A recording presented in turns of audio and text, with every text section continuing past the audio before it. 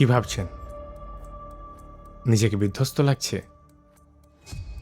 মাথা পুরোপুরি ব্ল্যাঙ্ক? পায়ের নিচের মাটিটাও শক্ত লাগছে না, তাই তো? কোনো কিছুতেই ভরসা পাচ্ছেন না? মুখ দিয়ে একটা শব্দও বেরোচ্ছে না। নিজেকে পাথর মনে হচ্ছে।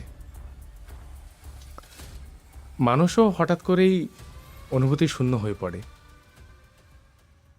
যখন জীবনের সবকিছু একটা তালে চলতে থাকে, সব ঠিকঠাক, এক মুখ হাসি নিয়ে কাজে যাচ্ছেন বা ফিরছেন, ঠিক তখনই জীবন একটা ঝটকা দেবেই।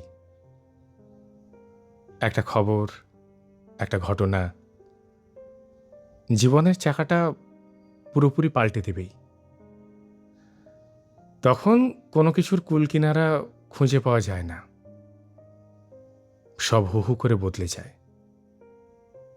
তবে একটা কথা ঠিক, আমরা ঠিক যেই জিনিসে অভ্যস্ত নই, সেই জিনিসটাই আমাদেরকে বাঁচিয়ে রাখবে, শক্ত করবে আরো।